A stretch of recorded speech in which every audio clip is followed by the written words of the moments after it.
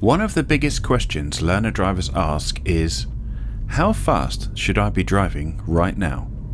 And honestly, it's a good question.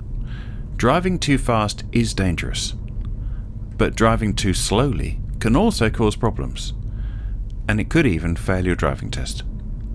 In this video, we'll show you the main UK speed limits, how to recognise different types of roads, when it's okay to drive below the limit, and how to choose a safe, confident speed, not just a legal one.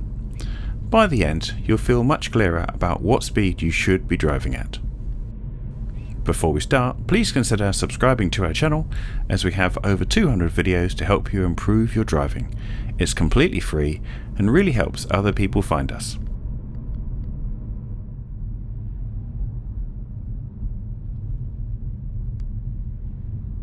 First, let's clear up a really common misunderstanding. A speed limit is the maximum speed allowed. It is not the speed you must drive at. Think of it like this.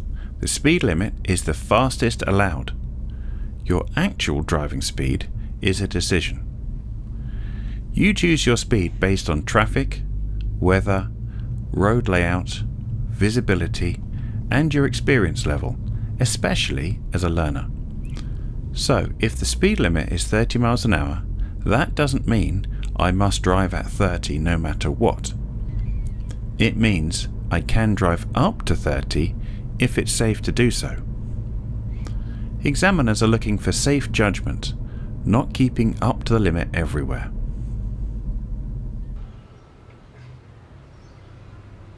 Let's start with the most common road you'll drive on as a learner, a built-up area.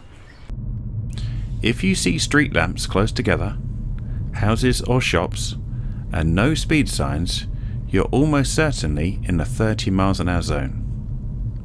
Driving at 30 miles an hour makes sense when you have a clear road, good visibility, and no parked cars blocking the road. You should drive slower if there are parked cars on both sides, pedestrians, cyclists, or junctions every few meters. In many residential roads, we drive at 20 to 25 miles per hour, and that's completely fine. On your driving test, driving too fast is dangerous and could fail the test. However, driving far too slowly for no reason is also a fault. So aim for smooth, controlled, appropriate speed, not rushed, not crawling.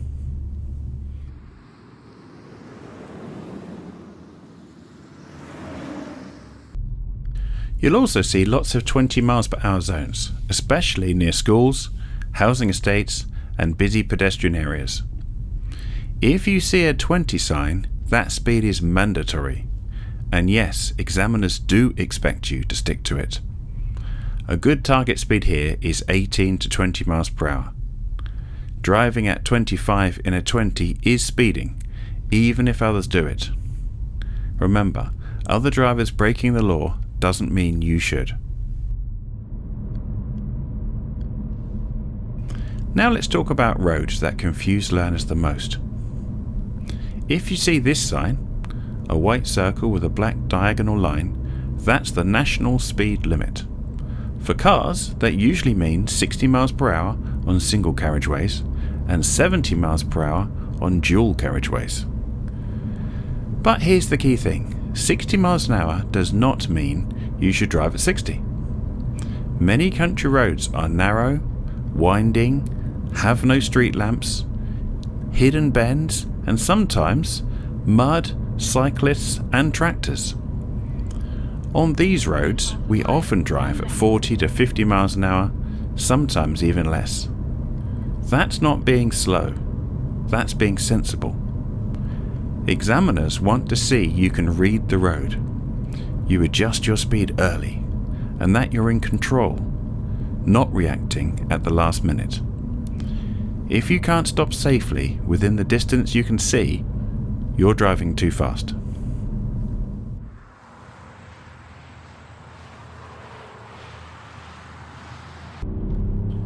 A dual carriageway is a road with a central reservation and traffic moving in opposite directions.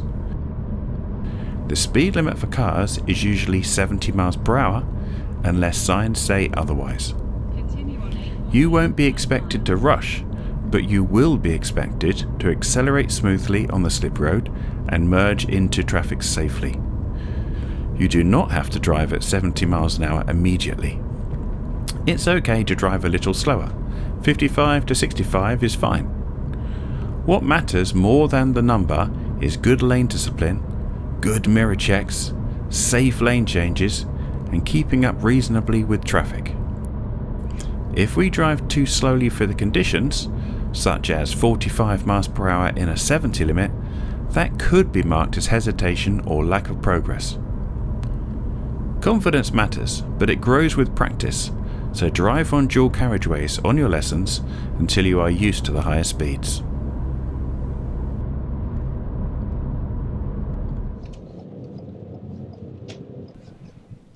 Examiners are not staring at your speedometer every second.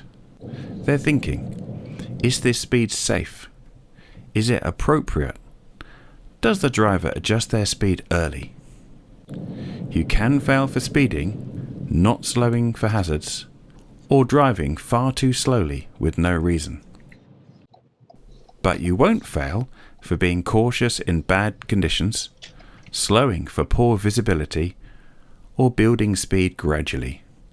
Good driving is about judgment, not bravery.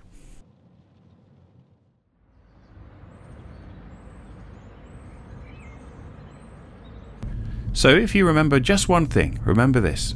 The speed limit is not a target. Safety is. Read the road. Read the conditions.